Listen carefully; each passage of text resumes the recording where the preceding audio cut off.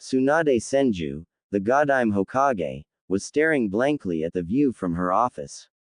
There were several papers on her desk to sign, but frankly watching the falling rain was much more interesting, despite having seen it every day for the past 8 years.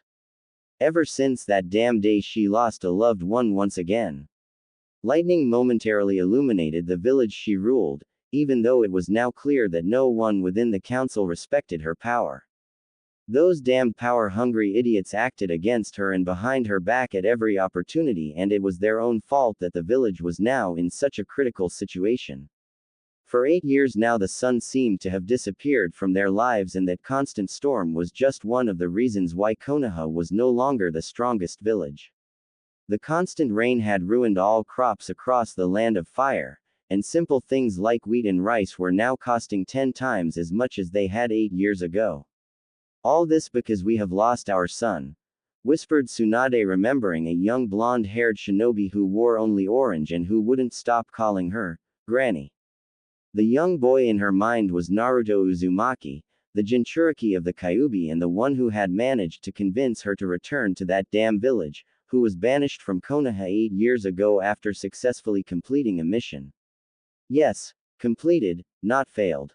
One of Naruto's teammates, Sasuke Uchiha, had the brilliant idea of betraying the village and leaving to join Orochimaru so that he could gain the power to kill his brother and avenge his clan. Obviously Tsunade had no intention of letting him go, as Orochimaru was far too dangerous, and it was obvious that he wanted the Uchiha so he could take over Sasuke's body and the Sharingan, so she had assembled a team to be able to stop the fugitive and bring him back to Konoha. Unfortunately, due to the attempted invasion of Suna and Oto, the village was not in good shape and many ninjas had been assigned to continuous patrols or reconstruction work, so the roster from which Tsunade could choose the members of the team was very limited, and in the end he had opted for a newly promoted Chunin and 4 genin including Naruto. Fast forward a day and the team had returned with 2 genin on the verge of death. The mission had been successfully completed. Sasuke had been defeated by Naruto himself, while Orochimaru's bodyguards had been killed by Konoha's genin, who had been helped by Gaara, Kankuro and Temari, sent as reinforcements by Suna. Then, everything had fallen apart. Tsunade had been busy for hours trying to save the life of Choji Akimichi and Neji Hyuga, so the council had decided to act without first consulting her and had sent a letter to the Fire Daimyo warning him of what happened, specifying how Naruto had lost control of the nine-tailed fox, how he nearly killed the last Uchiha, and how there was an organization known as Akatsuki that was hunting the 9 Biju, making Konoha a target as 2 famous missing nin had already snuck into the village. Thanks to those idiots, the daimyo had become terrified of having Naruto in his land and had ordered him to be banished from Konoha, the land of fire, and all their allies. Naruto was to leave the village within 24 hours and the land of fire within 3 days, and if he were found within its boundaries, he would be killed. Tsunade remembered perfectly the moment when, after having summoned him before the whole council of Konoha, she had had to banish the young boy whom she now saw as a son or a grandson. His eyes, devoid of the liveliness and life that had always distinguished him, still haunted her today in her dreams. Naruto didn't say anything, he just gave her his headband along with the necklace he had won in their bet. Tsunade wanted to refuse it, but he turned quickly and walked away, ignoring the smug grins of the council members on the civilian and shinobi side. Only the various clan heads had said nothing, knowing that the boy was not at fault. The last thing she saw of him was the long, cold glare he threw at the room behind him before vanishing forever. As if he cursed us, and in a way he succeeded.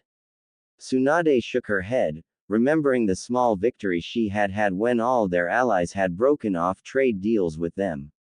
The shocked and scandalized faces of the members of the council were absolutely hilarious to her.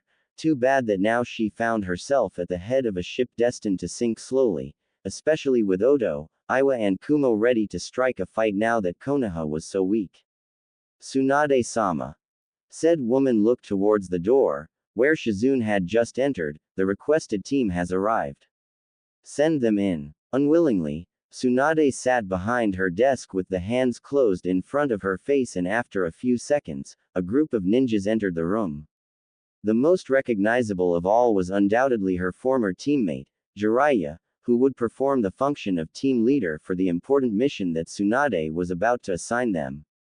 Joining him were Team 7 and Team 9, also known as Team Kakashi and Team Guy, although the only difference was that Naruto's place in Team 7 was taken by a pale boy named Sai at the insistence of Danzo Shimura. And speaking of Danzo, Tsunade made no secret of her irritation at seeing him enter her office with Homura and Kaharu. "I don't remember calling you two," she hissed at them, but while the last two scowled at her, Danzo merely stopped near her desk, looking at the other shinobi. "This mission is of vital importance to the village. It is normal that we are also present. If you hadn't done your own thing as usual, there would be no need for this mission either.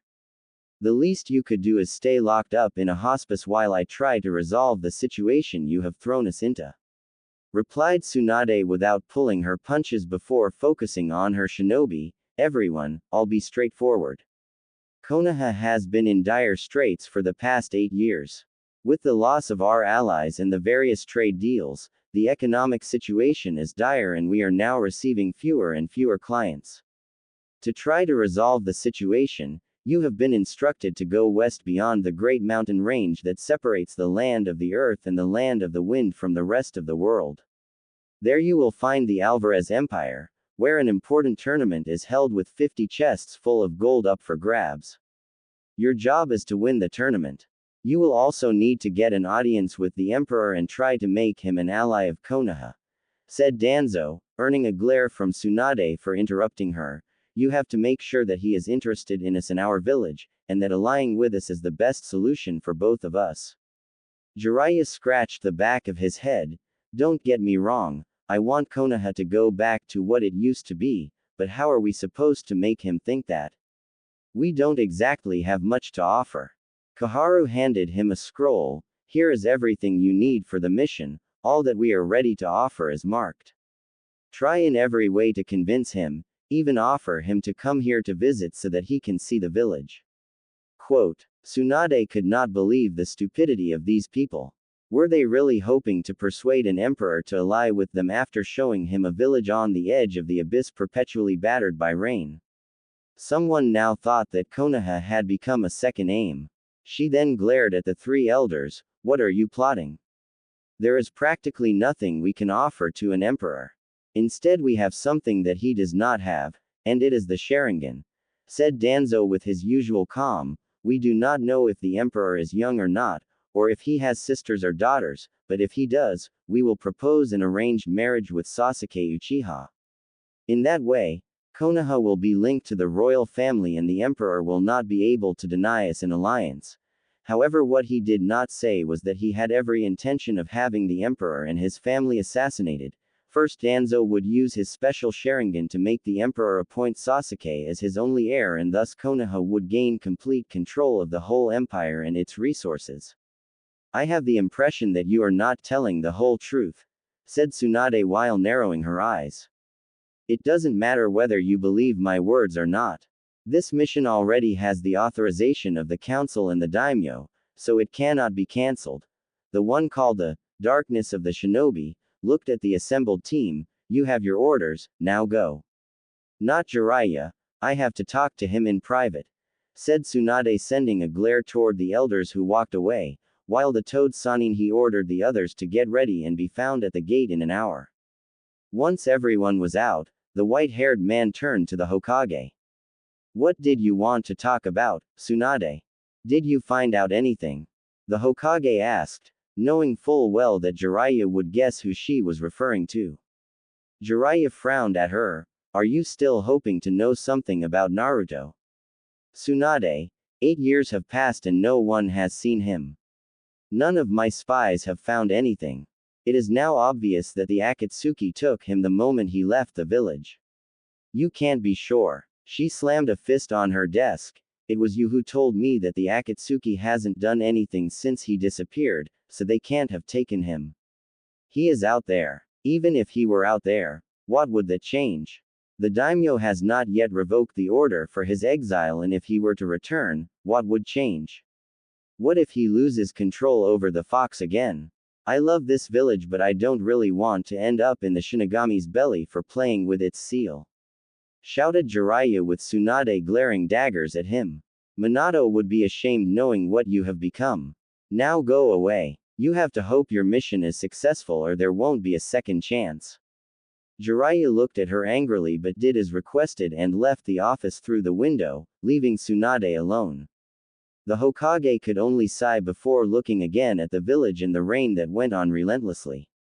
I really hope you are okay, Naruto, and that you are in a better place than this hell. Having prepared themselves properly, the various members of the team had found themselves in a bar with their former classmates from the academy for the last time before leaving. Their Jonin sensei were who knows where, but they knew that they would soon find them at the village gate. So you're leaving for the Empire, huh? Must be nice to leave this place once in a while, said Kiba with Akamaru sitting at his side, although I don't understand how you can hope to ally the Empire with Konoha. Suffice it to say right away that they can be affiliated to the Uchiha clan and they will immediately agree to ally with us. I bet the Empress would also prefer an elite like me rather than the Emperor. Proclaimed Sasuke with such arrogance as to make people vomit. Although he had tried to leave the village, no one had pointed to him as a criminal, and indeed they had defended him, proclaiming that Orochimaru's cursed seal had been the cause of his behavior. Over the past 8 years, Sasuke had become a Jonin, having Kakashi as a private teacher but also receiving training from other shinobi on the council payroll, making him one of the most promising and strongest ninja in the whole village, whereupon many civilians were starting to say he should be Hokage right away. Troublesome Uchiha, has it not occurred to you that perhaps the Emperor and the Empress are not interested in an alliance with us? Asked Shikamaru with a calm voice, looking at the clan head of the Uchiha clan. Other than jutsus, a few weapons and maybe arranged marriages, we have nothing to offer. Out of the corner of his eye he saw Hinata wince and could not help but feel pity for the young Hyuga, since, according to his father, she was among the possible candidates for an arranged marriage with the emperor himself, in case he accepted mistresses or concubines, along with Hana Inuzuka and Ino Yamanaka, who was not at all happy to be used as a bargaining chip. An elite Uchiha like me is worth so much more than that. Grinned Sasuke, also I understand that you have not even been considered for a wedding. Shikamaru narrowed his eyes before looking away, troublesome. I just hope everything goes well. The last few years have been tough for the family business. Grown Tenten since her parents ran a shop of weapons and equipment for ninjas, but given the economic crisis and the scarcity of missions, no one was going to buy any more and therefore sales had plummeted. Like her, many others were feeling the weight of that crisis. The Akamichi clan could no longer rely on large quantities of food and therefore all its members had lost weight, thus losing the ability to effectively use many of their jutsu. The Hyuga clan had had to donate much of its wealth, like all the other clans, to fill the village coffers and therefore could no longer afford elegant kimonos or luxury items. The various shinobi of the village were forced to work hard to be able to bring food to their families and now the available missions were increasingly difficult and dangerous. An alliance with the Alvarez Empire was their only salvation. It's all Naruto's fault. Snapped Sakura, earning a glare from Hinata. If that fool had applied himself to the academy instead of thinking about pranks all the time, he wouldn't have had to use his demonic powers and by now we would still have our allies and enough food for everyone. Sakura, you were there too when Tsunade-sama explained that Naruto had been sabotaged throughout his academic years. Even Iruka-sensei confirmed this, so there was no way for Naruto to stop Sasuke without using the fox's power. Said Shino with his face hidden like always behind his jacket and sunglasses. After Naruto's exile, everyone had learned of his status as a Jinchuriki and while many were convinced that he was actually the Kyuubi in human form, Shino's analytical mind had led him to understand that Naruto was simply a boy who had been stripped of the possibility of living a normal life and therefore had nothing against him. It's still his fault. Hissed Sakura before paying for her drink and leave the bar. shortly followed by the rest of the squad assigned to the mission in the Empire. Hey Shika, do you think the mission will be successful? Asked Ino, hoping in the meantime not to be given in marriage to the Emperor or even worse to some obese and old noble. Shikamaru groaned while looking outside. I don't know, on one hand they could win the tournament and ease the situation here in Konoha, but on the other hand Sasuke could say something offensive or even act his own way, and that would only make the situation worse. This is too troublesome. Do you think the Empire could declare war on us? Asked Choji while eating the only loaf of bread available in their meal. I sincerely hope not, but if they do, Konoha is done for. All right everyone, get ready, said Jiraiya looking at his squad. We are about to enter the land of spring and sadly the ninja of Konoha are not welcome, so we will enter using a henge. Here are your fake passports in case of checks. Also from here on we will go at a regular pace to avoid suspicion. Jiraiya-sama, why did we come here north? I thought we were going west through the mountains, asked Tenten after performing her henge. Because this is the fastest way to get to the Empire. 2 years ago it appears that the Land of Spring and the Land of Waves entered into a trade deal with the Alvarez Empire, and this is an additional reason to ally with them, explained the Sanin while walking toward the closest city. From the Land of Waves you can reach the Empire by sea, while from here a long railway departs that takes you directly to the capital, or so they say. An hour later, all 7 ninja were seated inside a carriage and the train had left a few minutes ago, leaving behind the verdant lands of the Land of Spring. After a few minutes the onboard attendants, complete with an escort of samurai, came by to serve them snacks and drinks, then leaving them alone. I wonder why there were samurai on board with them, asked Sakura while sipping her coffee. Earlier, I heard some civilians talk about it, said Guy with a serious face. It seems that in the months following the inauguration of the railway, some bandits and missing nin attacked the train, so now there are armed escorts all along the way. Still, it's pretty strange, noted Neji looking around. The train is made up of 10 carriages and yet only 20 people got on board. I thought there were a lot more people interested in going to the Empire. Most likely because people still fear for a possible war. After all, the Empire was born only 3 years ago and only recently seems to have settled in with regard to territorial disputes and other problems. The inhabitants of here prefer to enjoy the benefits of their alliance by staying at home rather than going to a foreign land, explained Jiraiya with the others nodding at his words. Tenten ate some cookies before asking the Sanin, by the way, Jiraiya-sama, what can you tell us about the Empire? As you just said, it has only been around for 3 years, but there has never been much news to Konoha.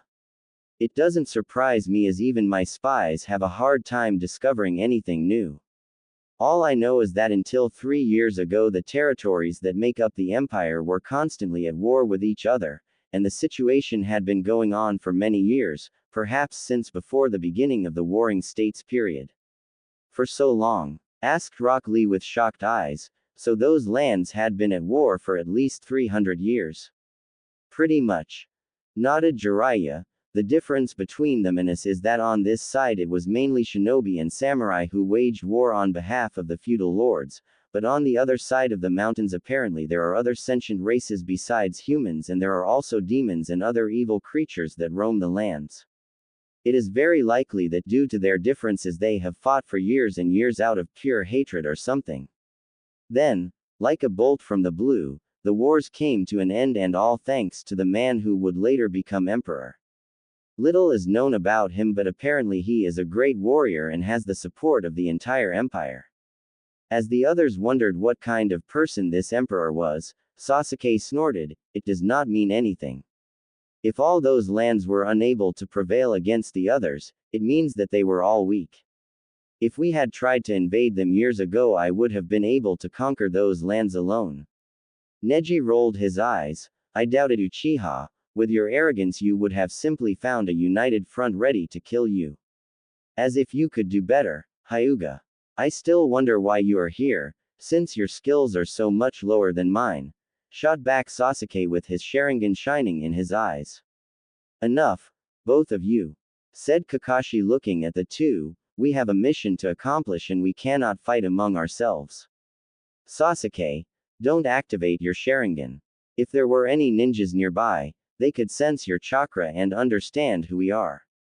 The two Jonin glared at each other for a few more seconds before letting go, causing Kakashi to sigh. And I was worried about winning the tournament, thought Jiraiya with a sigh.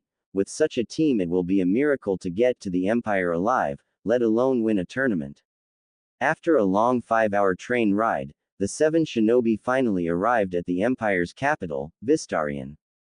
Immediately they could see how the architecture was of the highest level and the sun shining on the city gave the whole an almost surreal air.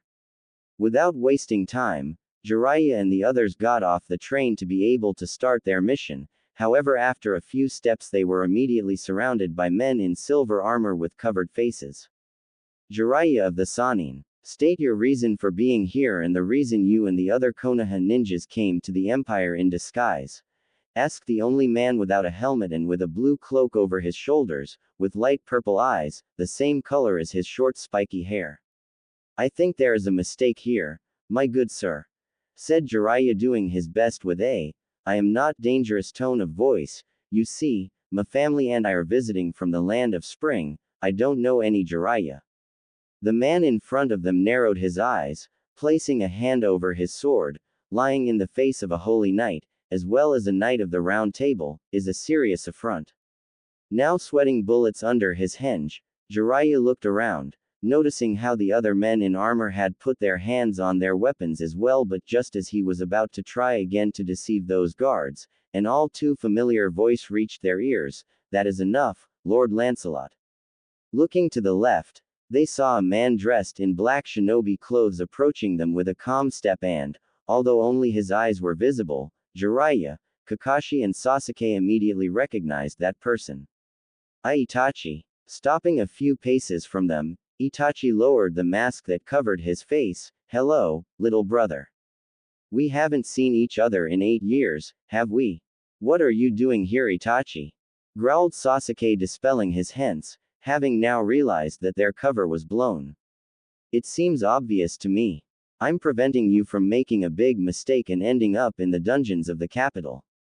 I doubt you could hold out over there for more than 24 hours, replied Itachi with a calm voice, looking at the man with purple hair. Lord Lancelot, please forgive them, they are not aware of the customs of the Empire. Lancelot watched him in silence for a few seconds before nodding. I'll leave them to you, but the Emperor and the Empresses will want to know of their presence. Itachi nodded at his words. It is my intention to guide them to the palace within the hour. If you are headed there, please notify them of our arrival. It shall be done. And with those parting words, Lancelot left with his knights behind him. Left alone with Itachi, the various ninja of Konoha cancelled their henge as the people around them continued to walk without paying attention to any of them. Among them, Sasuke was the closest to attack Itachi, but Kakashi put a hand on his shoulder to stop him. Why are you here, Itachi? Is the Akatsuki trying to destroy the Empire from within? Asked Jiraiya with serious eyes, but the older Uchiha shook his head. I am no longer a member of the Akatsuki, now I am one of the shinobi in the service of the Emperor, and now I go by the name of Itachi Hayabusa. What? Shouted Sasuke with his Sharingan spinning wildly. Not only have you slaughtered our clan, but now you have also given up your clan name. Have you no honor? Honor is a wasted word for a shinobi like me. Now I am part of a clan more aimed at order and balance rather than war. Despite my sins, they accepted me as one of their own and I intend to repay their kindness to the end. Explained Itachi before motioning them to follow him. Come with me. It is clear that you want to talk to the Emperor in addition to wanting to participate in the tournament that will take place tomorrow. Why are you helping us? Asked Kakashi, keeping Sasuke from attacking his older brother. As long as I remember, you weren't on good terms with Konoha. Those days are in the past as long as you behave here, replied Itachi without looking at them, and as for helping you, let's just say I'm doing it in honor of the old days. As mentioned before, if I hadn't been there, you would have all ended up in the dungeon by now. MPF, as if some man in armor was enough to stop an elite like. Have you become so weak that you are afraid of even such garbage, Itachi? Asked Sasuke with a cold glare, but his older brother merely shook his head. Foolish little brother, that man was Lancelot, one of the strongest knights in the Empire. His mastery with the sword is such that even all 7 ninja swordsmen of the mist would seem like novices by comparison. While Sasuke scoffed, clearly not convinced, the others widened their eyes in surprise upon hearing the comparison used by Itachi. If you want advice, avoid picking a fight with anyone. This is the capital and is full of strong warriors loyal to the emperor. Many of them would make the 3 Sannin look like genin. Are you sure you're not trying to scare us now? I can accept swordsmen as strong as legends, but even multiple warriors stronger than me, Tsunade or Orochimaru. In my opinion, you are exaggerating. Feel free to think of it however you want. I won't save you again should you get in trouble. Without further ado, the 7 shinobi of Konoha followed Itachi along the streets of the capital, stopping from time to time to admire the landscape, observe the various shops or buy books on the history of the empire and a tour guide of the capital. One thing they immediately noticed was the large amount of people and how happy and carefree they were all. There were also, in addition to humans, beasts, men and women with particular pointy ears, those who looked like real demons and even large animals that could speak, although the latter did not appear to be the result of a summoning like Jiraiya's toads or Kakashi's dogs. This place is incredible, whispered Rock Lee with his teammates nodding. Sure it is. Did you see those weapons? I want them so badly. Whined Tenten while pointing to a shop belonging to a blacksmith where one of those pointy-eared men was talking to a white-haired man with cat eyes and 2 swords on his back. Their tour lasted for about 40 minutes before Itachi led them to the entrance to the huge castle in the center of the city.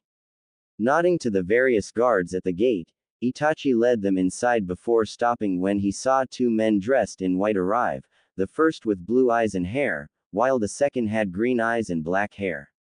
Grimmjow, Ulquiorra. Itachi bowed his head. I didn't know you were back at the palace. TCH, we're leaving now. Here everything is boring and the situation in the north seems to have moved a little, growled Grimmjow without looking at the others, while Ulquiorra was actually staring at them with his haunting green eyes. Konoha shinobi. Itachi nodded.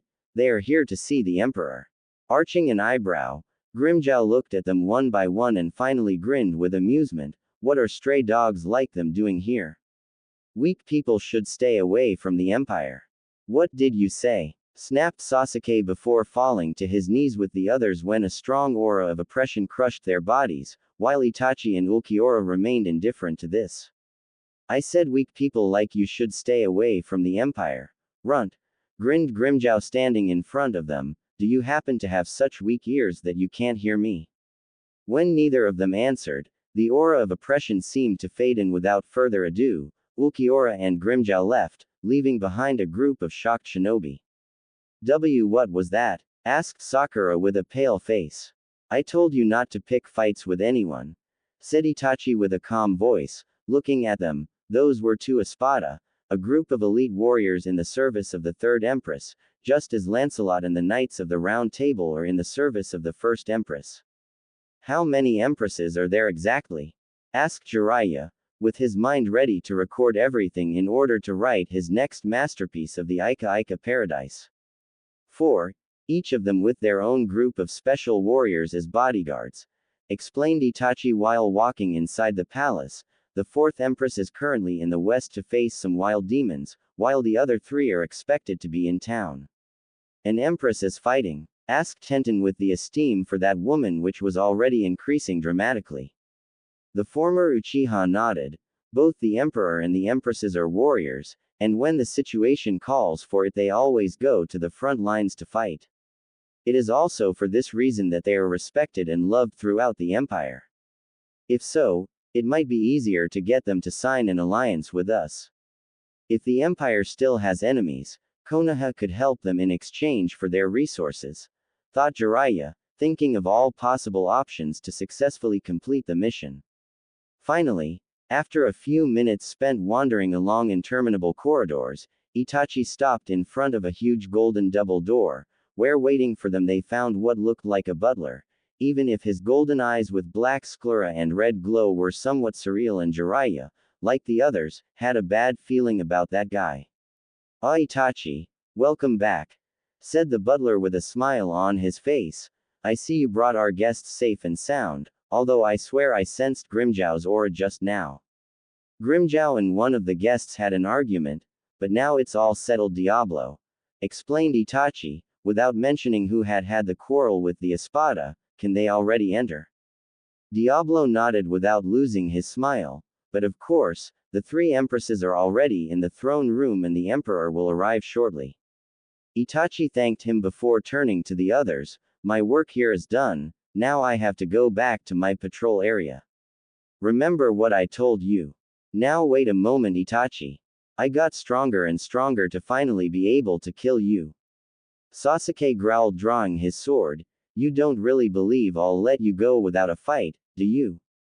The former Uchiha shook his head, clearly disappointed with his younger brother. "Now you don't have time for these things. Fighting inside the palace is strictly forbidden, but if you really care that much about fighting me, 2 days from now, after the tournament, I will come to you and we will fight." Satisfied, Sasuke narrowed his eyes. "Who tells me I can trust you? I'm a member of the Hayabusa clan now. If I give you my word, I am bound to keep my promise." "Sasuke, accept his word. It is clear by now that he is not going anywhere," said Jiraiya, forcing the Uchiha to put away his weapon, and without another word, Itachi walked away, leaving them with Diablo, who was still smiling. "Now before you enter, I remind you that you will be in the presence of an emperor and 3 empresses. Once inside, you will kneel where the red velvet carpet begins and will not stand up until the hearing is over. You can raise your head to speak, but you can speak only when required. Breaking these few simple rules will win you a night in the dungeons of the castle." When Jiraiya nodded, after throwing a warning glance at Sasuke, Diablo turned to the doors that began to open by themselves and after a few seconds made his entrance, followed by the ninjas. Announcing the arrival of the Konoha's shinobi, following Jiraiya of the Sannin. Diablo said in a voice that echoed through the huge throne room, before stepping aside and standing by the doors that closed behind them. Walking very calmly, the Toad Sannin scanned the entire room, admiring the white marble columns, the huge colored windows placed above and the various banners hanging from the ceiling, and then concentrating solely on the 5 thrones made of black marble with golden veins, placed at the top of a short staircase, side by side, at the end of the room.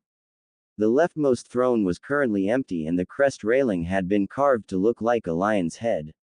The throne to the left of the first had the crest railing depicting some warrior god, and, currently sitting on the throne, there was a young woman with long black hair with green eyes, wearing a long blue dress that left different parts of the body uncovered, combined with long white gloves, white boots reaching up to her middle calves, and a feather boa of white fur.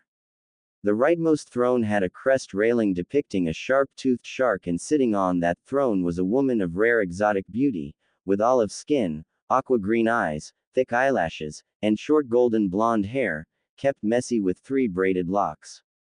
Her incredible body was covered in wide white pants and a white jacket with black details, protected in places by white armor that looked like it was made of bones.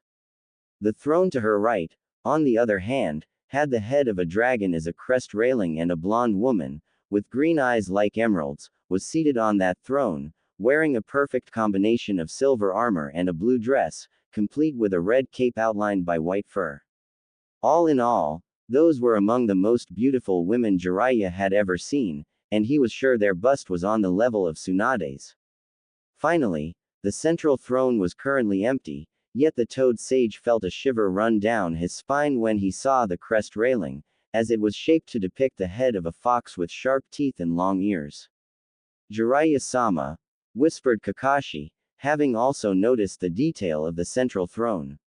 "Hush, I saw it too," replied Jiraiya before kneeling in the required spot and keeping the head bowed like other shinobi.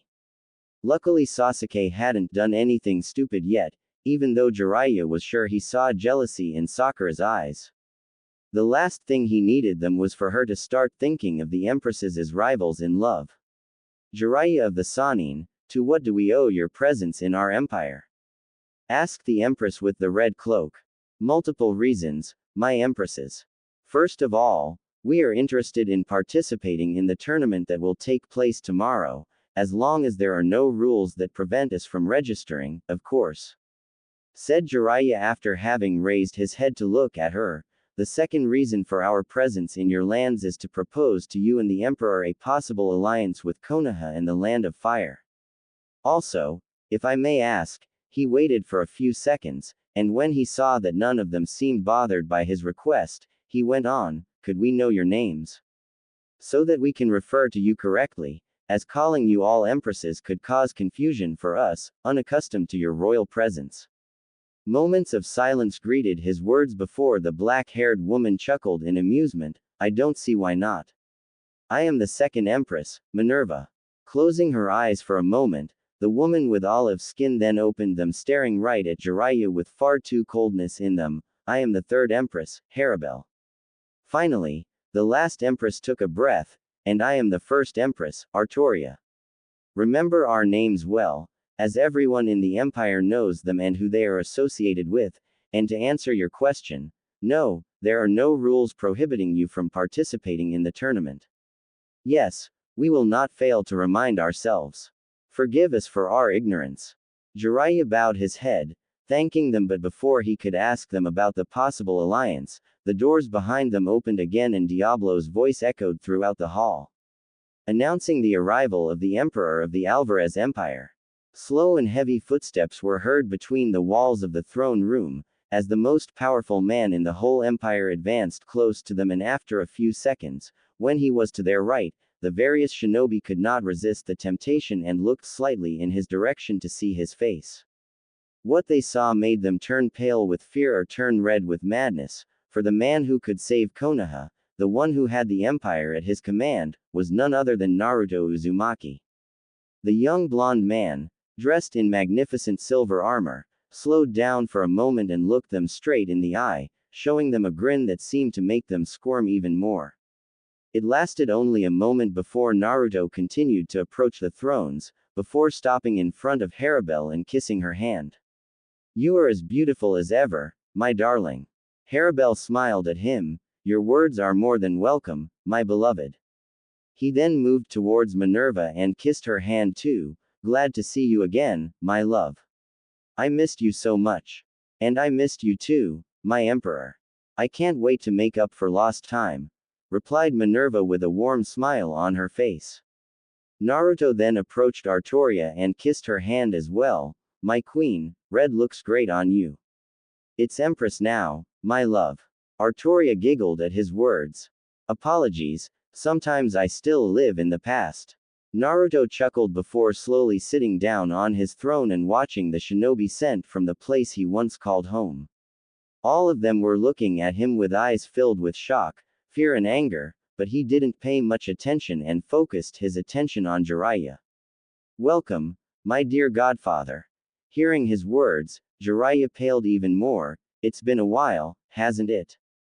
Those were harmless words, but Jiraiya was sure that with those few and simple words, Naruto had already sealed the fate of Konoha. Welcome, my dear godfather. It's been a while, hasn't it? Naruto, the one and only. Grinned Naruto, even though there was no warmth behind that grin of his, you seem very surprised to see me, almost as if you didn't expect to find me here. Well, can you blame me? Asked Jiraiya, forcing a smile on his face, I haven't heard from you in 8 years. Why, you look well. The emperor nodded while leaning against his throne, yes, but certainly not thanks to you, my excuse of a godfather. So you know about that? Yes, I am aware of everything. It's amazing how many things you can discover the moment you start chatting with a giant immortal fox sealed inside you, by your own father to top it off. Growled Naruto while glaring at the Sannin, tell me Jiraiya, do the people of Konoha know about all this?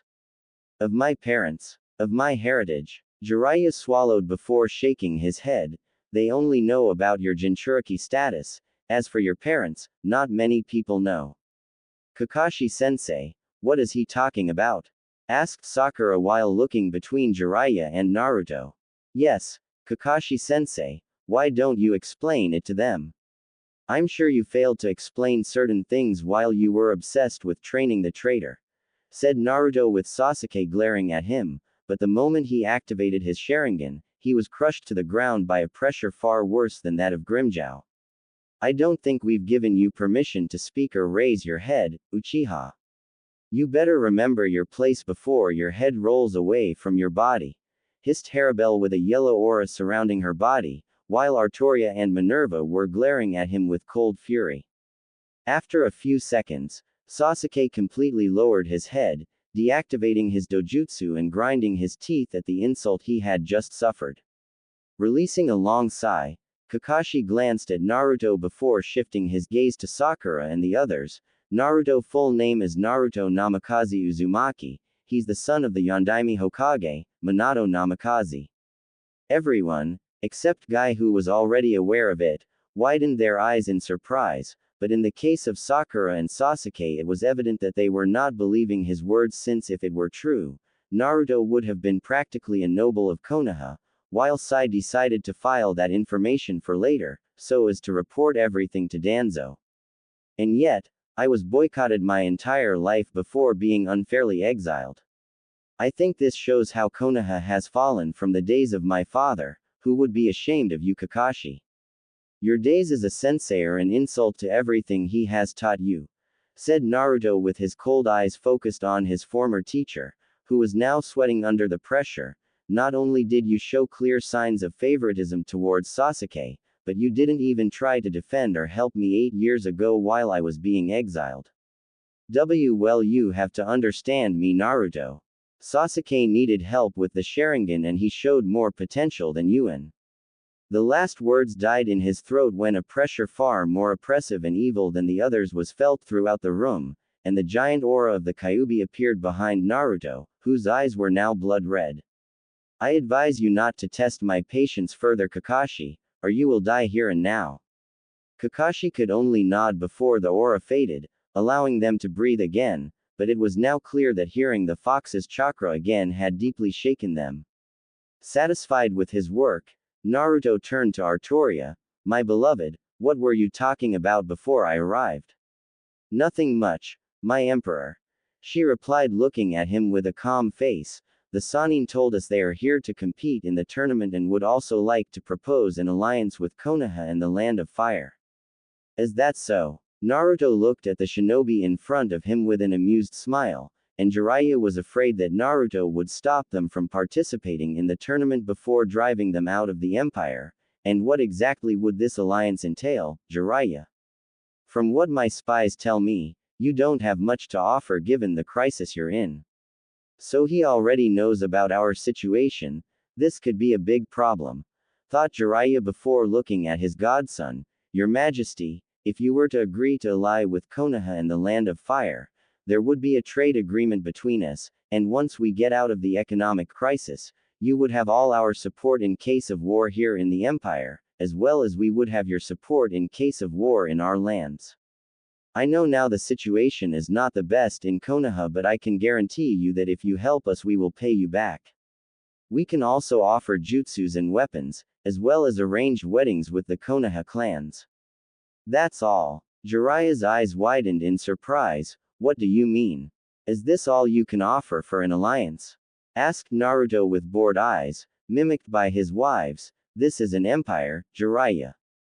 Weapons. I have so many weapons that many are piled up in warehouses without ever having been used. Jutsu. While I have shinobi in my military, they are perhaps 10% of my army, and all of them have their own personal jutsu that they can use. Arranged marriages. Explain to me how such a suggestion could benefit my empire, Jiraiya. Well, I'm sure you remember the various clans of Konoha. The Nara are famous for their intelligence, the Yamanaka possess mind-bound jutsu, the Inuzuka are excellent hounds thanks to their partners and... I'll stop you right there, Jiraiya, said Naruto raising a hand. What you do not seem to understand is that even in my empire there are such people. Here in our lands there is not only the chakra, but also many other forms of energy, all with their incredible applications. Smart people. There are several academies where the most brilliant minds of the empire are gathered. Mental skills. There are dozens of humans and demons who can fight using their minds. Ninja alongside dogs. Please, we even have dragons here fighting alongside us. And before any of you try to use the Sharingan card, I remind you that Itachi belonged to the Uchiha clan, so the Sharingan is already part of the empire. Here, Naruto allowed himself an amused smile as he saw Sasuke stiffen, most likely on the verge of rushing towards the blonde-haired emperor to attempt to kill him. What about the Byakugan? Proposed Neji. Despite being against the idea of an arranged marriage used as a bargaining chip, our dojutsu is famous in all lands and we have multiple clan members willing to marry someone in the empire. Naruto looked at Neji, raising a hand to stop Artoria, who was now close to punishing the Hyuga for speaking without being questioned. Has your clan's situation changed in the past 8 years? Neji stiffened for a moment before looking down. No. Then you already know my answer to such a proposal. In case I decide to grant someone in marriage to the Hyuga clan members, they would all be branded with the caged bird curse mark, and I bet the clan elders would like any offspring in Konoha away from the empire so they can keep their eyes safe. Growled Naruto, with clear disgust in his voice. In fact, I bet all those idiots in the council would want the eventual offspring of every marriage confined to Konoha, where they would grow up to your ideals so they could use said children's power at will, right? Jiraiya wanted to tell him no, that wasn't their intentions, but deep down he knew perfectly well that people like Danzo, Homura and Kaharu would do anything to keep those children in Konoha away from the empire. Your silence is a more than obvious answer. Naruto shook his head. 8 years in Konoha has not yet learned to be humble. You want it all but give nothing in return. You are really pathetic, however. Jiraiya looked up at his godson, hoping that Naruto still cared about the fate of the village where he was born. Today I feel particularly generous. Let's do it this way. If one of you manages to win the tournament tomorrow, in addition to the promised reward, you will also get an alliance with the Empire. Said Naruto, shocking them all. Do you accept? Are you serious? Do we have your word on this? Asked Jiraiya in a hopeful voice. But of course. Naruto grinned at them. When Naruto Uzumaki promises something, he really means it. Now Diablo, I am sure our guests are tired from the long journey. Walk them to the exit so they can find themselves a tavern. Of course, Your Majesty. Said Diablo with a bow, before gesturing for the shinobi to follow him, although it was clear that Sasuke would rather stay and fight Naruto to make him understand who was the real elite among them. You are really evil when you want to be, my love, said Minerva with an amused smile, mimicked by her husband. What can I say? Konoha always brings out the worst in me. Now, how about going to relax a bit in our rooms? I want to see how Mito, Kushina, Arthur and Minato are doing, said Naruto with his wives nodding at him before leaving the throne room, to finally be able to spend some time alone with their loved ones.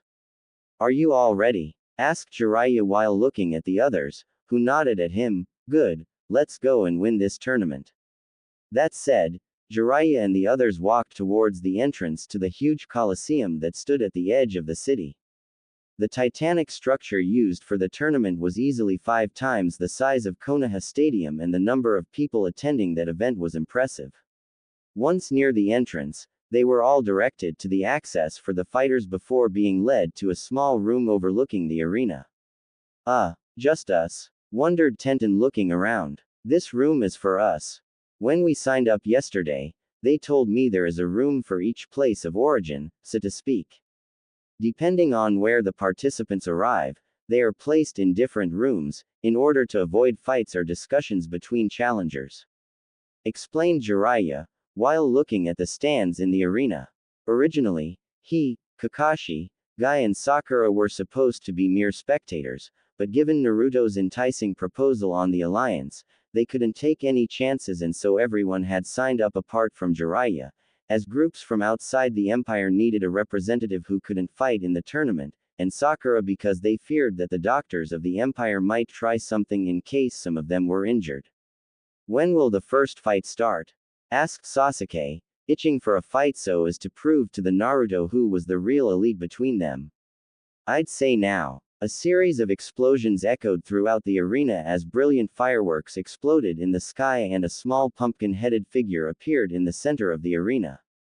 The little humanoid twirls around the arena as the crowd cheers at his arrival, until he stopped with a bow. Hello folks, I'm Mato, the referee of the tournament. Welcome to our unification tournament. The event that celebrates the birth of the empire and the end of all wars in our lands.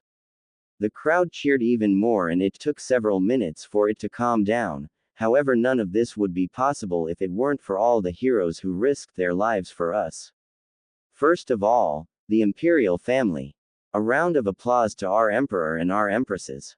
With one arm, Mato pointed to the huge grandstand where there were 5 simple thrones, and Jiraiya immediately noticed in shock the presence of 4 children as well as Naruto and his 3 wives. Listening to what Mato was saying, inciting more and more the crowd, the blonde green-eyed, 2-year-old child in Artoria's arms was the first prince, Arthur. In Haribel's arms, on the other hand, was the second prince, Minato, a child perhaps 1 year old, with short blonde hair and blue eyes but with a complexion similar to that of his mother. Sitting comfortably on Minerva's legs was a 3-year-old girl with long black hair and blue eyes, the first princess, Mito. Finally, in Naruto's arms was the second princess, Kushina, a 2-year-old girl with long red hair and blue eyes. I don't believe it. That loser has kids. Shouted Sakura while her words were drowned out by the cheering crowd as Naruto and the empresses greeted the crowd. The Jinchuriki of the Kyuubi has 4 children, 1 for each empress most likely. Danzo-sama will want to know about this, thought Sai, looking at the children so as to be able to draw them in his report. To his right, Jiraiya was also staring at them with serious eyes. Judging by their age, they must all have been conceived after the empire was born. Kushina, Minato and Mito, huh? Naruto must know all about his family if he has decided to call his daughters with those names. The fact remains that in Konoha they will do everything to try to plan marriages with his offspring. The time has finally come to kick off the tournament. Proclaimed Mato with the crowd going even more wild than before. Let's start immediately by presenting the first 2 contenders. The first of them is known throughout the empire for his flames and his skill with the sword. One of Rimuru Tempest's most loyal warriors, his military commander-in-chief. He is Benimaru. One of the 2 inner gates of the arena opened and entered a boy with short red hair, with 2 small black horns and a long sword held horizontally on his back. The crowd cheered applauding as Benimaru arrived, while Jiraiya and the others were surprised to see his horns as well as the strange aura that hovered around him. What the hell is he? A demon? Asked Neji staring at him with his Byakugan, feeling oppressed by the sheer amount of power he saw within the swordsman, while not being chakra. Sakura shot Naruto a glare. TCH, go figure if that demon was not going to surround himself with his fellows demons and monsters. And now his opponent, considered one of the strongest vampire in the empire. Her control over earth and crystals is incredible and she has proven it over the countless years of warfare. One of Ain's OOAL Gown's special guards, she is Evely. What looked like a little girl wearing a white mask and a red cloak made her entrance into the arena to be cheered by the whole crowd, before stopping a few meters from Benimaru. It's been a long time, Ogre King. Benimaru showed her a calm smile. At least a year if I'm not mistaken. We last met in the city of Tempest when your master came to visit. Now I'll explain the tournament rules for everyone. The fights will be single elimination. Each fight has a maximum time of 30 minutes, and if there is no winner by the end of the time, the one who has suffered the least damage will be declared the winner. Said Mato with the 2 fighters nodding without looking at him. During the battle, everything is allowed but it is strictly forbidden to kill your opponent. When one of the 2 participants is made unconscious, he has no way to fight anymore or he gives up, he has lost. Evely and Benimaru immediately began to release power from their bodies, and Mato quickly stepped back. That said, let's kick off the first match of the tournament. Begin. Benimaru quickly vanished in a burst of speed, reappearing in front of Evely with his sword drawn and engulfed in black flame to attempt a swing at his opponent. However, she quickly moved a hand and a wall of crystals rose from the ground, blocking the swordsman's blade. Releasing even more power, Benimaru managed to destroy those crystals, but Evely had already moved, before moving a hand towards him, crystal lance. Benimaru promptly raised his blade with which he defended himself from the large bullet thrown by Evely, but he was thrown backwards several meters. He then hurled 3 fireballs before sprinting at Evely, but she quickly created crystal daggers to intercept his magic and then wrap her right hand in blue magic and crystals, before blocking his blade with a violent punch, creating a violent shock wave that was felt throughout the stadium. Grinning in satisfaction at the fight, Benimaru vanished along with Evely before sporadically reappearing throughout the arena with his opponent, creating cracks in the ground and shock waves with each impact. After several seconds of relentless fighting, he attempted a swipe from above, but she vanished into thin air before reappearing above him. Maximize magic. Shard buck shots. Dozens upon dozens of crystals were fired from a magical circle created in front of her, and many of them hit Benimaru before he made a violent slash of black flames that destroyed all the remaining bullets, forcing Evely to move, but she was still wounded by those flames in her right arm. Landing a few meters away from him, she tilted her head. I know what happens when you start enjoying a fight. How about ending it with one last attack? Benimaru didn't lose his grin, nodding to his opponent before enveloping himself in a dense aura of black flame as Evely was surrounded by a blue aura and the ground beneath their feet began to tremble with the intensity of their power. Grabbing his sword in his right hand, Benimaru swung it forward, releasing an immense beam of black flames just when Evely created a magic circle and from it shot a giant dragon made of crystal. Black Inferno. Crystal Jaw. The gigantic explosion that resulted from their attacks shook the entire stadium, and most of the audience was forced to cover their faces with their arms due to the strong hot air, while Jiraiya and the others watched everything with shocked and fearful eyes. What the hell was that? Asked Sakura with clear fear in her eyes. Beside her, Sasuke, Kakashi and Neji were speechless as none of them had been able to follow the movements of Benimaru and Evely while they moved quickly around the arena. Furthermore, the 2 owners of the Sharingan had not been able to copy even one attack, in addition to the fact that they hadn't sensed even a drop of chakra in the air. I don't know, said Jiraiya, noticing the smirk on Naruto's face, directed right at him, but something tells me that our chances of winning this tournament are lower than expected. In the arena, meanwhile, the huge cloud of dust and smoke had completely cleared and everyone could see Benimaru standing with the tip of his sword inches from Evely's mask, who sighed, shaking her head. I can't believe a child has overcome one of my most powerful spells. Benimaru smiled at her while Mato announced his victory and advancement to the next round, with much cheer from the audience. Sorry to disappoint you, but Rimuru-sama chose me as a general for my strength as well. Right. Evely shook his hand before walking away with him waving at the crowd, then disappearing in a burst of black flames. With their departure, Mato returned to the center of the arena. What an amazing way to start this tournament. And there are still 7 fights in the first phase. After a few seconds of applause, he pointed towards the door through which Benimaru had entered. Now, here's the first contender of the second fight. In their room, Jiraiya and the others watched in shock as Neji was enveloped in white light before vanishing into thin air.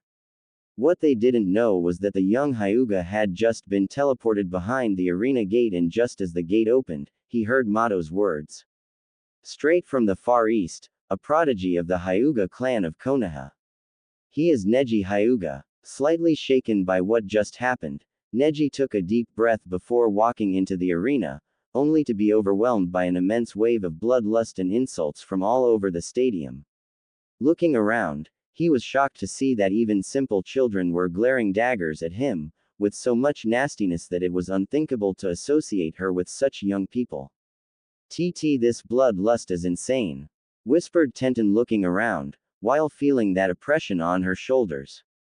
Jiraiya nodded with sweat running down his face. I can only think that everyone in the Empire knows about Naruto's past and what he went through Konoha in his youth. Sakura looked at him with shocked eyes. What? But that means. It means we're at a distinct disadvantage, said Guy with a serious face. Their hatred for Konoha must be on a par with that of the Sandaime Tsuchikage. Back in the arena, Mato waited several seconds before raising his hands to calm the crowd, enjoying the feeling of discomfort visible on Neji's face. When the crowd had finally quieted down, he turned to the second door, and now his opponent. Legendary ninja known throughout the Empire, the clan head of the new Shirai Ryu.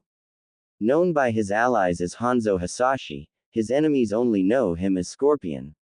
Instead of walking into the arena, Neji's opponent appeared in a pillar of fire a few meters away from him, wearing a yellow and black vest with a particular mask, and the crowd erupted in jubilation as he arrived, deafening Neji and the other ninja of Konoha. After a few seconds, Mato took a few steps back and Neji assumed his fighting pose while activating the Byakugan, but Scorpion stood still, with his arms folded. Let the second match of the tournament begin.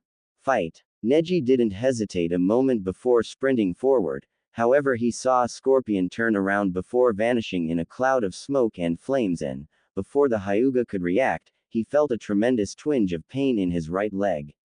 Neji did not know how, yet Scorpion immediately got behind him and hit him with a hard kick in the leg, knocking him to his knees, but Neji still managed to turn around to attempt to hit his opponent, however Scorpion grabbed his left wrist with the right hand. Konoha's shinobi didn't even have time to defend himself as Scorpion yanked him forward in order to hit him in the nose with his right elbow, breaking Neji's nose with a loud crack.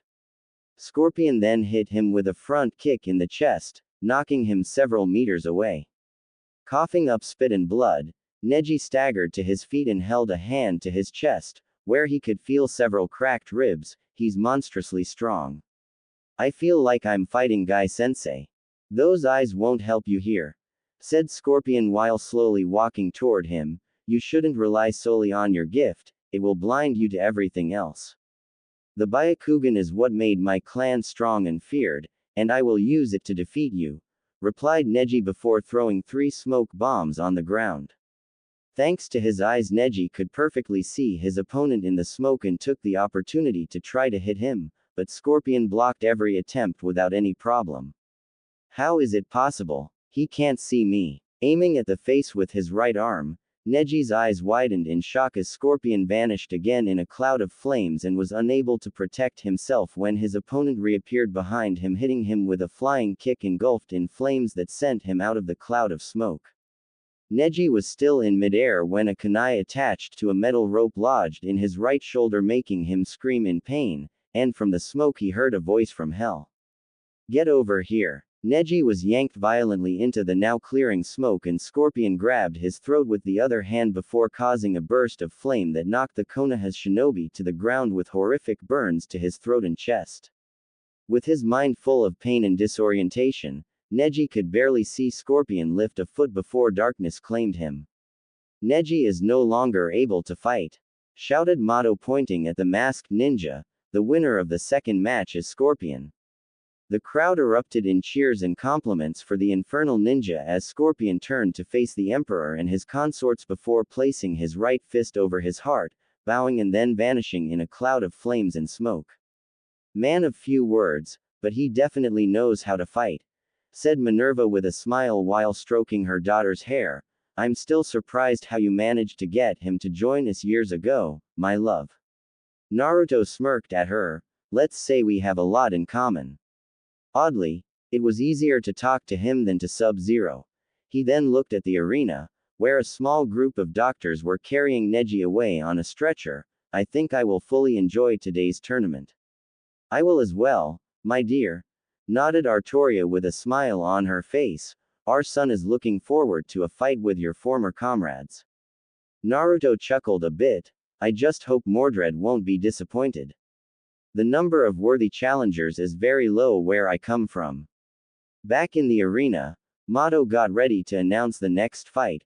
Well folks, I don't even know if what just ended can be called a fight. The crowd laughed at his words, ignoring the angry and indignant looks of the Konoha's shinobi. However, we must go on with the third fight. Now, the first contender. Straight from the Far East, she is known as the mistress of all weapons. She's Tenten Kenzuru. Just like with Neji, Tenten had been teleported moments before her announcement, and despite the anxiety in her heart, she entered the arena with her head held high and was immediately engulfed in insults and bloodlust. Despite having sensed it shortly before, Tenten could not help but be intimidated by all that pressure, and several drops of sweat trickled down her face. Mato then turned to the other door, but before he could announce Tenten's opponent, the door was thrown open violently by a gust of wind accompanied by countless red and white butterflies. In the silence that followed, a figure began to advance in the arena, and Tenten immediately understood that it was a woman, observing with interest her winged helmet from which long red hair came out, but above all the long sword attached to her right arm. "Heed my words," said the woman in a soothing voice that sent shivers down Tenten's spine. "I am Malenia, Blade of Mikela." Moving her right arm, she sent a light wave of air toward her opponent. Mato quickly moved away from the two opponents and started the fight, but before Tenten could even hope to grab one of her weapons, Malenia grabbed her face with her left hand, shocking her. When did she? Malenia threw Tenten on top of her before impaling her with her sword, piercing her belly, but her opponent vanished in a cloud of smoke and was replaced by a log of wood. Looking slowly behind her, Malenia saw Tenten several meters away with eyes filled with shock and fear. Taking a step towards her, Tenten seemed to come out of her shock and began hurling kunai and shuriken in large quantities, yet the swordswoman avoided them all with quick, fluid steps. How is it possible? Not even Rock Lee can avoid that many bullets without even getting hit once. Deciding to go straight to the hard way, Tenten took a scroll in her hand and opened it, pointing it at her opponent. Exploding Dragon Strike. A large fire dragon was released from the scroll, but Malenia cut it in two without any difficulty, shocking Tenten again, and she began to retreat before reaching for the large scroll she carried on her back. Opening it, she launched the scroll into the air before activating one of her most powerful attacks, and she rained down a multitude of weapons against his opponent, who jumped high, preparing to strike and, strangely enough, seemed to almost stop in midair. Waterfowl Dance. In a very rapid series of slashes invisible to the human eye, Malenia moved forward at an incredible speed, destroying all of Tenten's weapons before stopping exactly in front of her opponent, who had already put her hand to another roll. Unsealing Technique. Segmented Iron Dome. A large steel dome was summoned around Tenten, and the kunoichi let out a sigh of relief, thinking she finally had a few seconds to catch her breath. However, Malenia tore apart her defense with a few swipes and opened long cuts on Tenten's body, knocking her away. Tenten fell tumbling to the ground several meters away with her body covered in blood, without moving. "The match is over. The winner of the third fight is Malenia," shouted Mato with the crowd cheering at her win, but Malenia merely nodded toward Naruto before walking away without looking at her opponent. "Sakura," said Kunoichi, looked at Jiraiya with fearful eyes, "go to the infirmary and help Neji and Tenten, then stay there. I'm afraid you'll have more patients soon." The pink-haired girl wanted to protest, but a glare from the Sannin convinced her to move, and in seconds she was out of the room to go and heal her companions. Kakashi looked at the white-haired man. "Jiraiya-sama, this is a disaster. I don't know if these fighters are the best in the Empire or just some of the many, but in any case the situation is not the best for us," Jiraiya said before looking to the right where Rock Lee was bathed in white light before vanishing, "and I'm afraid Naruto has far too many monsters in his ranks. You, Sasuke and Guy are our best chance of success. Just you wait, I'll show these people how I am much stronger than them," said Sasuke while looking at Mato, who was announcing Rock Lee, complete with insults from the crowd. "I hope so for you, brat, because I'm afraid the only thing you can beat them at is the amount of arrogance you have." And now his opponent. Mato gestured toward the second gate, which was slowly being opened, showing to everyone a large figure dressed in black advancing toward Rock Lee. For many years he has been called the strongest creature in the world, and even today his name makes humans, monsters and demons tremble with fear. One of the strongest martial artists in the Empire, if not the strongest. Ladies and gentlemen, he's the ogre. Yujiro Hanma. Rock Lee, thanks to his countless training sessions with Guy and many other ninjas, immediately realized that the man in front of him was a monster in every respect. His muscles, his presence, even his gaze, were something Rock Lee would only associate with a god or a demon. Bracing himself, the Konoha ninja assumed his fighting pose. Yash. May our duel be without regrets. I'll use everything I can to defeat you. For his part, Yujiro merely looked at him with calm, or maybe bored, eyes while holding his hands in the pockets of his trousers. Not even when Mato announced the start of the fight did he put up his guard, but Rock Lee did not wait and quickly sprinted towards his opponent before attempting a round kick to the head. His kick managed to find its target, yet for a single moment Rock Lee saw not Yujiro in front of him but a gigantic boulder. His opponent didn't even seem to have felt the attack at the base of his neck. Rock Lee tried another attack again, but this time Yujiro lowered himself at the last second, and only then did Rock Lee notice that his opponent had his left hand dangerously close to his groin, with the index finger held back by the thumb. Without even recognizing his opponent, Yujiro hit him with a finger in the jewels, and Rock Lee's soul almost went out of his body due to the physical pain. Yujiro did not even give him time to scream before grabbing his head with his left hand and smashing him to the ground with such force that he created cracks in all the ground of the arena. The ground shook for a few seconds before Yujiro released Rock Lee's now unconscious body. Mato quickly ran up to the two before declaring Yujiro the winner, while he looked at Rock Lee with bored eyes. Everything you can. You've definitely overrated yourself. The crowd cheered for his victory as Yujiro left and Rock Lee was taken to the infirmary, leaving Konoha's remaining ninja speechless. They didn't even have time to figure out what had happened that the white light enveloped Guy before taking him away. Is it me or these matches are getting shorter and shorter? Asked Mato, laughing with the crowd before gesturing toward the first gate. We are finally in the second half of the first stage of the tournament. It's time for the fifth fight, and the first participant is Rock Lee's sensei. Known as Konoha's sublime green beast of prey, he is arguably the strongest martial arts master in the East. He is Might Guy. As with all of Konoha's other ninja, Guy was greeted with bloodlust and insults, but nothing seemed to make him lose focus as he approached the center of the arena. In front of him, the second door began to open and his senses immediately alerted him to the approaching threat, even if it was an old man with little hair and a mustache. Now, his opponent. He needs no introduction since I think everyone knows him in the Empire. Currently the oldest hunter, he is still considered to be one of the strongest fighters in the entire world. Shouted Mato with the crowd already cheering for Guy's opponent. He's Isaac Netero. Isaac walked over to Guy before stopping and looking at him with calm eyes. I can see that you are one who cares a lot about the effort to prepare your body. Your muscles could also be the envy of several of my disciples. Guy nodded at him before assuming his fighting pose, already opening 2 of the 8 gates. Thank you for your words, but it's time to let our fists speak. I will defeat you and bring an alliance with the Empire to Konoha using my youth. I like your spirit, boy, smiled Netero while Mato announced the start of the match. Guy also immediately opened the 3rd and 4th gates before vanishing in a burst of speed with the intent of finishing the fight as soon as possible. However, it is not my style to let young people win. Time stopped, or at least it seemed to Guy that time had stopped, and yet he saw Isaac move his arms slowly, still leaving afterimages with each movement. In what seemed like seconds to him, Guy saw Isaac raise his arms slightly before joining his hands in prayer, and a strong golden light began to grow behind Isaac, then creating a gigantic statue with countless arms. Still moving his arms slowly, Isaac made as if he wanted to slap something, and one of the giant hands mimicked his movement, before hitting Guy with a force far beyond anything he had ever felt, throwing him across the arena.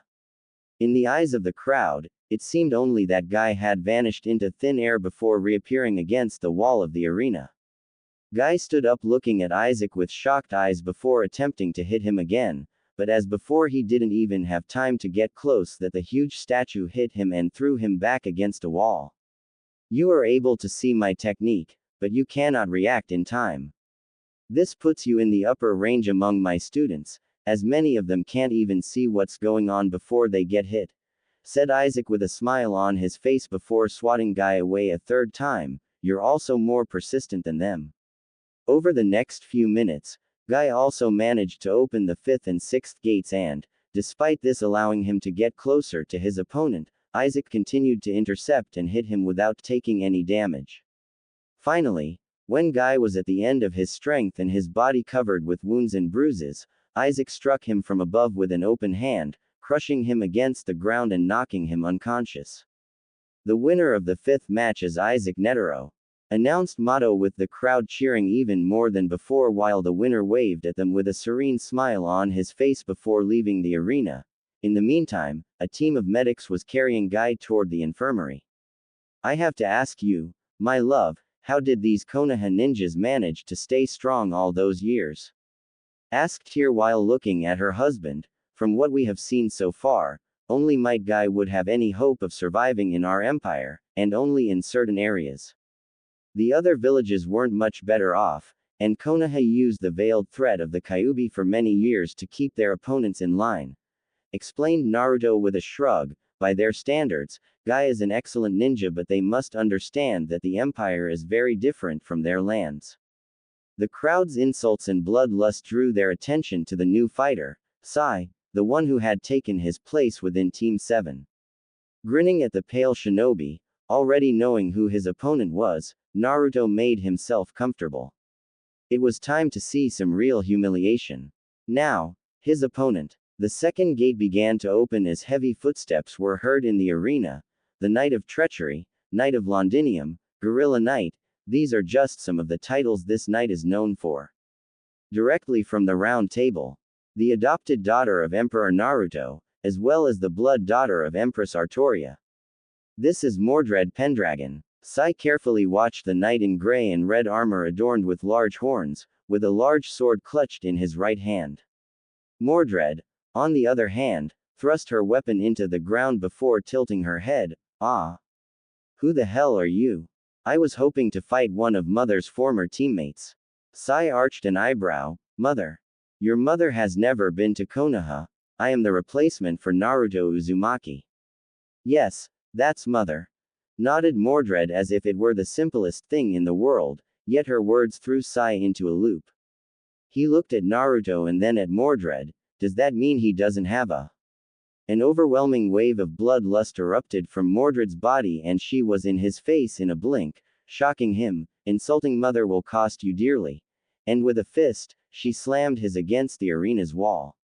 Sai immediately tried to react, but Mordred was immediately on him and kept hitting him using only her fists. However, after yet another punch, Sai exploded in a large amount of black ink and 2 black and white lions jumped at Mordred from behind. However, she destroyed them with a single punch.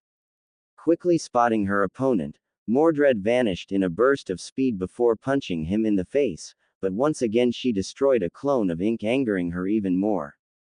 Behind her, Sai quickly drew several birds with explosive cards tied to their legs and all of them flew towards the knight before causing a long series of explosions. Danzo's spy remained focused on the cloud of smoke generated by his explosions, but then was surprised to see that Mordred hadn't even moved and hadn't even suffered any damage.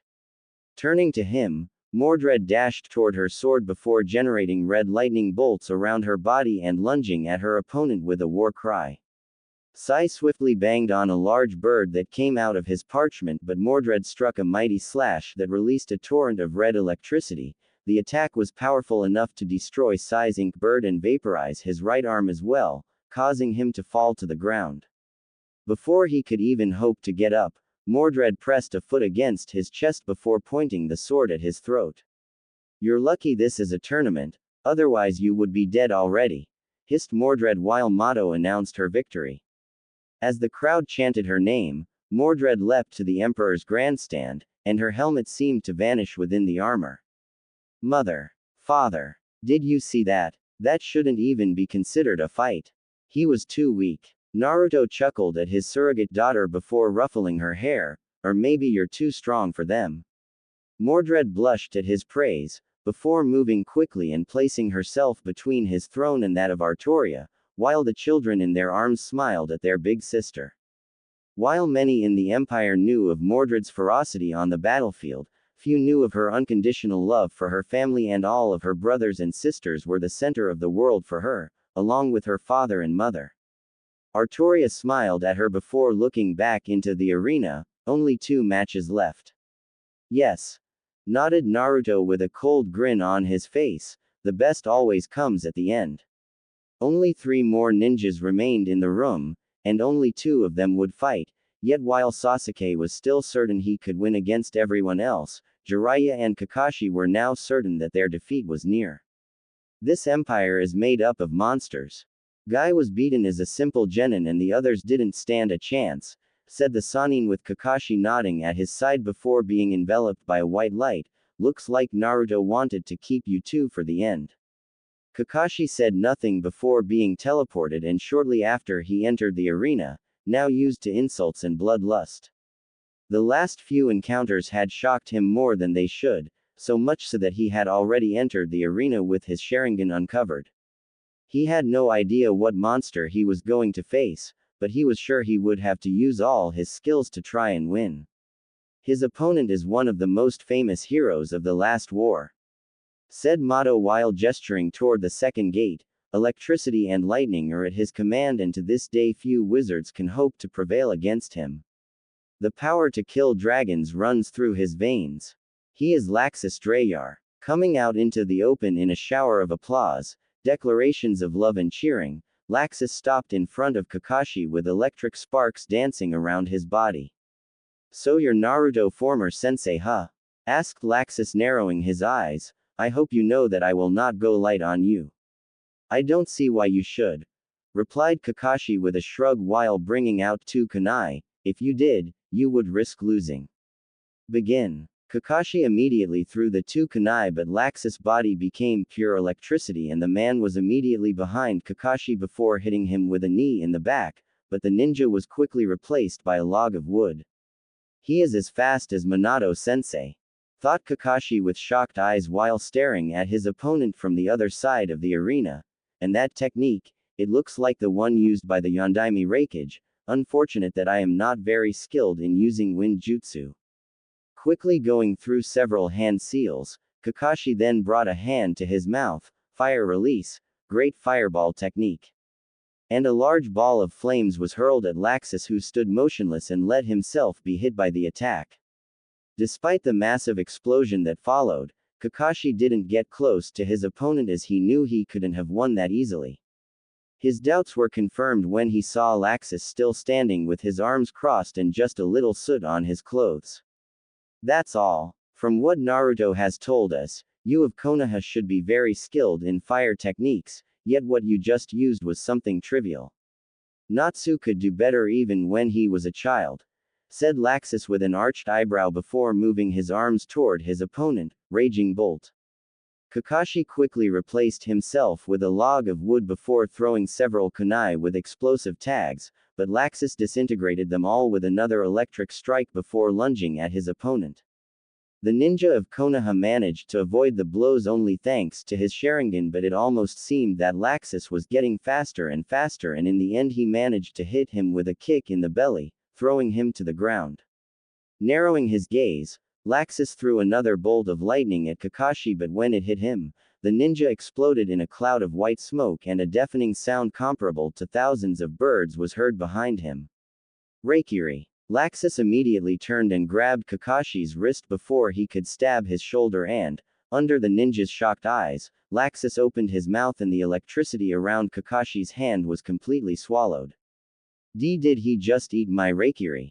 No matter how many times I eat it, the electricity produced by chakra always leaves a bad aftertaste in my mouth, said Laxus with clear disgust before grinning at his opponent while tightly squeezing his wrist, but at least now you can't escape anymore. Accumulating electricity around his right fist, in a Reikiri-like manner, Laxus struck Kakashi in the chest, roaring thunder. And Kakashi's Jonin vest was completely destroyed as he suffered several burns and broken ribs from the attack before falling to the ground. Running quickly towards him, Mato checked him for a moment before raising a hand. The 7th match is over. The winner is Laxus. The crowd exploded into a blaze of applause and glee as Laxus greeted the audience and Kakashi was carried away on a stretcher, much to Naruto's delight. To be able to see his former sensei defeated so easily was something he had always wanted since he arrived in the Empire 8 years ago. The only thing that would have made it better would have been if Naruto himself had been the one to defeat him, but as Emperor, Naruto had also learned to be patient and enjoy every victory. With that in mind, Naruto made a note to completely restore the Fairy Tail Guild at no expense spared. Well folks, it's finally time for the last match of the first phase, announced Mato before pointing towards the first gate which slowly began to open. The last Uchiha. The traitor Uchiha. The Emo King. The failed Avenger. These are just some of the titles he is famous for in his home village. He is Sasuke Uchiha. Walking into the arena, Sasuke could only glare with pure hatred the Pumpkin Man as he dared to denigrate his elite status in that way. But when he was close to making him understand his place, he was forced to stop after being assaulted by such an amount of bloodlust that even the Kyuubi paled in the face of such pressure. Not only the audience, but also Mato, the other attendees in their rooms and even the empresses were pouring all their hatred on him, making him sweat and making it hard for him to even breathe. This went on for a full minute before the pressure was lifted and Sasuke could breathe again. Without giving him another look, Mato turned towards the second door that was already opening, and now, his opponent. However, no one came out, nor did anyone seem to be behind the door. Seeing this, Sasuke grinned. It seems your fighter is afraid of facing an elite Uchiha like me. Mato didn't deign to give him an answer, just raised his arm towards the sky and everyone, including Sasuke, looked up only to see what looked like a giant ball of fire falling from the sky. A legend, a calamity, a goddess, a messenger from hell. You can call her whatever you want and you will always be right, as she is the uncrowned undefeated lioness.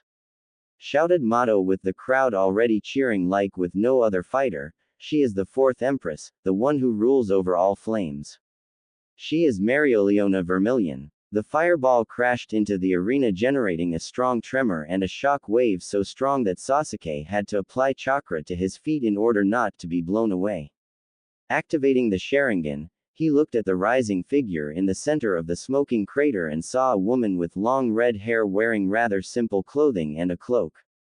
Her blue eyes rested on him and for a moment Sasuke felt like he was looking at a blood-starved lioness. Yo. So you are the cause of my beloved husband's exile? Asked Mereoleona cracking her knuckles with a feral grin and rising bloodlust. I hope you are ready, puny Uchiha, because you will not come out of this arena on your own feet. Without delay, Mato quickly moved away before lifting an arm.